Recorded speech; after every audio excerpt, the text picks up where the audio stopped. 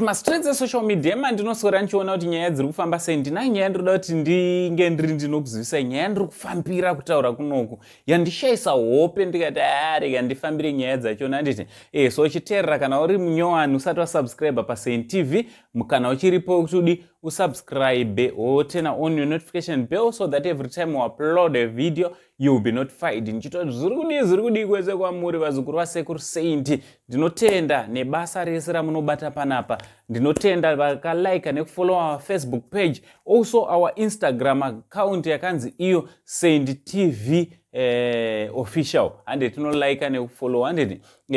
So vazukuru nyaya ndauya nayo ndoda ndikuzivisa inokasika inyaya yakataurwa na Apostle Talent TF Chiwenga, Talent Chiwenga uyo ari kuclaima dzoni ma war veterans ari kuronga kumuuraya varwi vehondo resununguko vemuZimbabwe.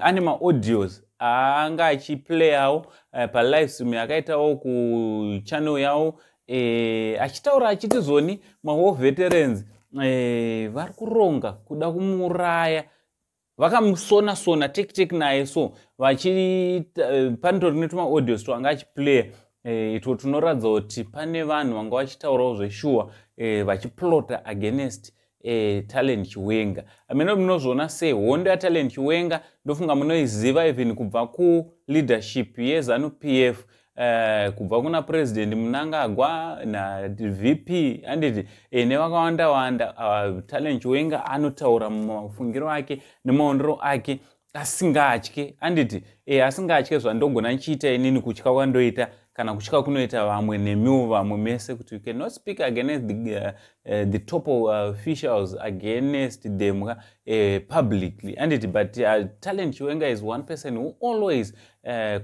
speaks against government officials publicly anditi. So munofungei nezvazvo vazukuru uyezve nenyaya yekuti vari kuronga kuda kumuuraya. Amen. Ngataurira necomment section kuti munofungei. So from Uncle Saint, the only Zimbabwean uncle, parizino ndichiti chi much love.